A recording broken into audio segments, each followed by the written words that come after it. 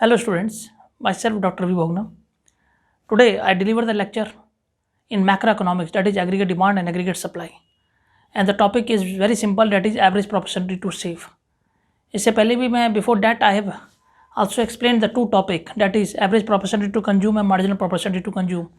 Now today I will teach you average propensity to save. It's a very simple topic and it is useful in class 12th, especially class 12th and also for those who are preparing for competitive examination. Now please write down average propensity to save. Average propensity to save. Average propensity to save और उसको हम बोलते हैं APS, average propensity to save. And when we talk about the APS is equal to S upon Y. APS is equal to क्या होता है? S upon Y. इसका this is the formula saving upon income. Means it is the ratio of total saving and it is the ratio of, आप इसको total saving भी कह दीजिए यहाँ पे, टोटल सेविंग, और इसको टोटल इनकम भी कह दीजिए. ठीक है, बट इसको कैसे लिखेंगे, इसका how you can define it. So APS means average propensity to save. It is the ratio of total saving. It is the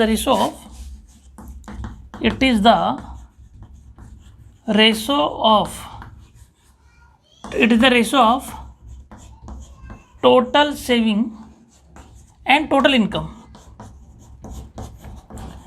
It is the ratio of total saving and total income. Now let's suppose that saving हमारी 10 है और हमारी income let's suppose that 100 है. तो हमने कितना 0.1 save कर दिया. कितना कर दिया? 0.1 सेव कर पा रहे हैं हम. 100 रुपये में से हमने 10 रुपये सेव कर दिया तो 0.1 ही हम सेव कर पा रहे हैं. तो इसको बोलते हैं it is the ratio of total saving and total income. और कई किताबों में ये भी लिख रहा है it is the ratio of aggregate to save and aggregate to income, और it is the ratio of aggregate saving भी लिखा हुआ है.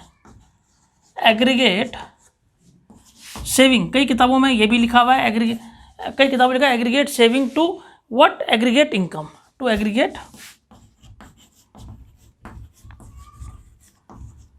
Aggregate income. तो मैंने आपको APS बता दिया.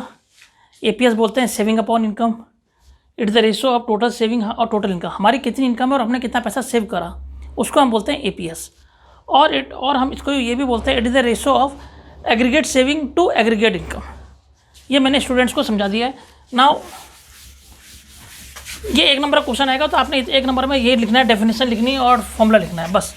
अब मैं आपको इसको थोड़ा सा डिटेल में समझाना चाह रहा हूँ कि हम इसको डिफाइन करेंगे. तो लिखिए जरा यहाँ पे, लेट्स सपोज दैट इनकम, और इनकम अगर होती है, इनकम इन रुपीज़ करोड़ में लिख लीजिए. ठीक है, तो 0 ले लीजिए, 100, 200, 300 और 400. ये हमने क्या इनकम ले ली, इसमें ले ली. ठीक है ना. जब हमने इनकम ले ली तो सेविंग देखिए कितना होगा.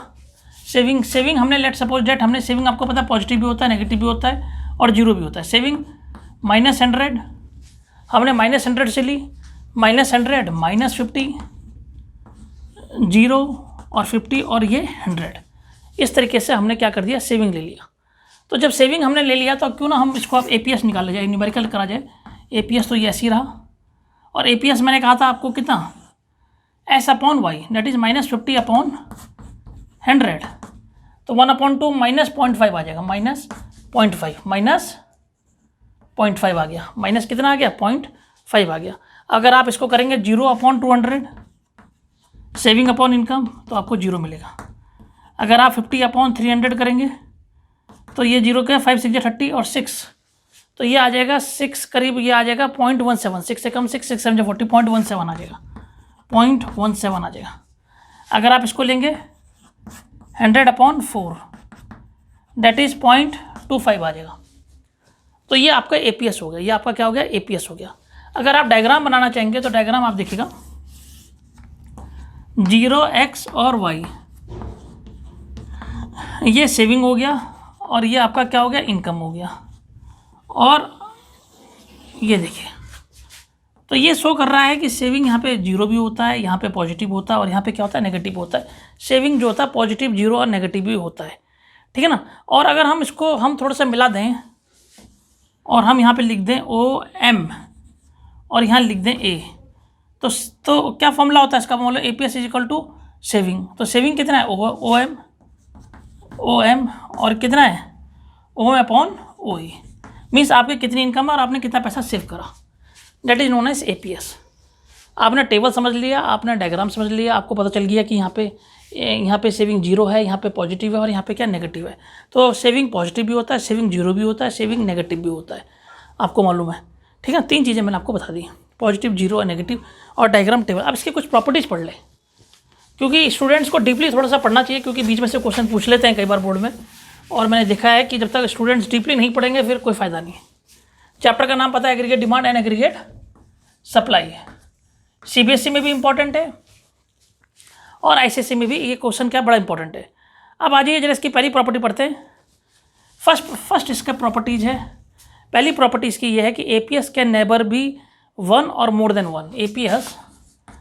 APS कैन नेवर बी, कभी भी APS कैन नेवर बी 1 और मोर देन 1। कभी भी APS जो होता है ना 1 होता है और ना मोर देन 1 होता है। एक बार दोबारा समझिए, APS कैन नेवर बी 1 और मोर देन 1, क्योंकि as saving can never be equal to, saving कभी इक्वल नहीं हो सकती। As saving can never be equal to income और more than be the national income. As saving, क्योंकि कभी saving equal नहीं हो सकती। एज सेविंग इज नेवर, कभी सेविंग जो हो सकती है कि saving is never equal to और मोर देन नेशनल इनकम, और मोर देन नेशनल इनकम कह लें या इनकम कह लें, नेशनल इनकम, टोटल इनकम की बात कर रहे हैं तो नेशनल इनकम आ गई। Saving is never equal to more than, से कभी इक्वल, सेविंग ना इक्वल होगी और ना मोर देन नेशनल इनकम होगी। ठीक है, पहला पॉइंट। सेकेंड पॉइंट यह है कि APS can be zero at break even point. APS can be zero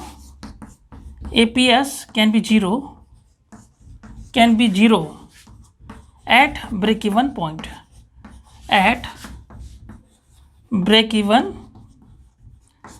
APS जो हो सकता है इसमें जीरो हो सकता है, क्योंकि APS का फॉर्मूला क्या होता है? सेविंग अपॉन इनकम होता है। तो APS can be zero at break even point. ठीक है, थर्ड इसका पॉइंट है APS कैन बी नेगेटिव और लेस देन 1। मैं इसको ऊपर लिख देता हूँ ताकि it should be visible to you.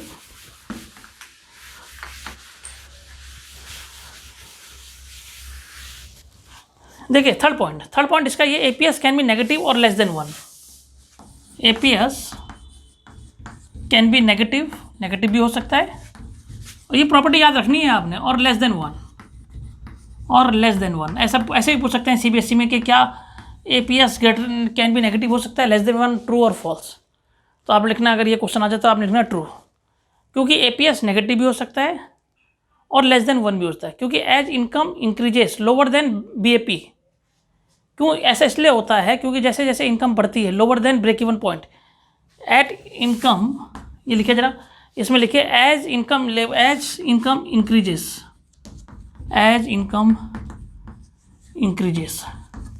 जब इनकम इंक्रीज होती है, एज इनकम इंक्रीजेस, या हम इसके कहते हैं as income lower than break even point,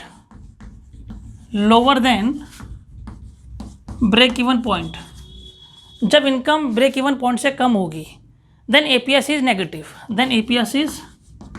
जब ब्रेक इवन पॉइंट ही नहीं है तो फिर उससे APS is lower than break even point, then APS is negative. आपने ये लिखना है इसमें, देन APS इज नेगेटिव।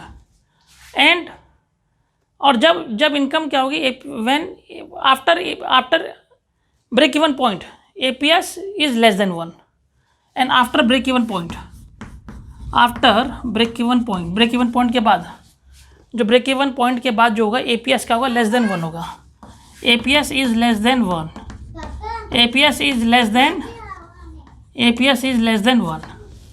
ठीक है, तो आपने देखा APS is negative after BAP APS is less than 1। तो as income lower than BAP, अगर ब्रेक इवन पॉइंट से इनकम लोअर होगी तो क्या होगा? APS क्या होगा? नेगेटिव होगा, और after break even point APS is less than 1 होगा। ये मैंने बता दिया।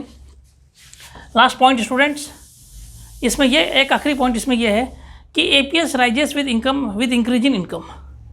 बिकॉज एपीएस राइजेस, एपीएस भाई जितनी इनकम बढ़ेगी उतना एपीएस भी बढ़ेगा। APS rises with increase in income. जैसे जैसे इनकम बढ़ेगी वैसे वैसे एपीएस भी आपका क्या होगा, बढ़ेगा income. Because the proportion of income is saved goes on increasing.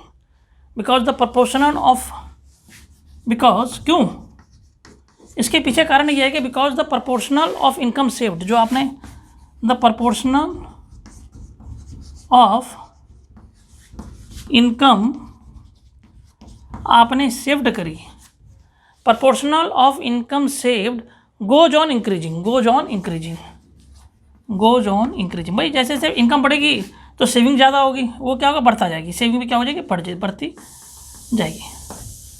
तो स्टूडेंट्स आपने अभी एपीएस पढ़ा, एवरेज प्रोपोर्शनलिटी टू सेव पढ़ा, आपने पढ़ा APS is equal to S upon Y होता है, सेविंग अपॉन इनकम। आप बड़े ऐसे थे। उसके बाद मैंने आपको एक टेबल बनाया, उसके बाद आपको डायग्राम समझाया, उसके बाद मैंने आपको उसकी प्रॉपर्टीज बताई, कौन कौन सी प्रॉपर्टीज है, और मैंने सारी इंपॉर्टेंट पॉइंट आपको बता दिया है।